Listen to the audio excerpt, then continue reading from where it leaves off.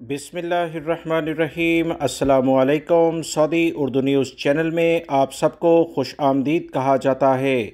Saudi वज़ारत सेहत की जानिब से 12 मई 2022 के लिहाज से कोरोना से मुतल्लिका तशवीशनाक रिपोर्ट शेयर की गई है, जिसमें बताया गया है कि मुसलसल सऊदी अरब में कोरोना के केसेस में इजाफ़ा देखने में आ रहा है।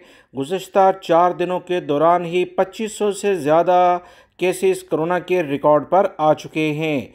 ताज़ा तरीन रिपोर्ट के मुताबिक 4 अफराद का कोरोना की वजह से इंतकाल हो गया है। इन्ना लिल्लाहि व इन्ना इलैहि राजिऊन। जबकि 56 अफराद की हालत काफ़ी ज़्यादा ख़राब है। इनके लिए खुसूसी तौर पर दुआ की जाए।